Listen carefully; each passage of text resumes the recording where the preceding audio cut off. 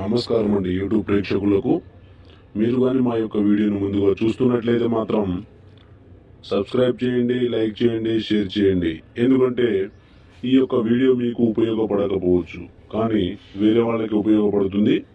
చాలామంది చూస్తున్నారు కానీ ఈ యొక్క వీడియోను మా ఛానల్ను సబ్స్క్రైబ్ చేయడం మాత్రం చేసుకోవడం లేదు.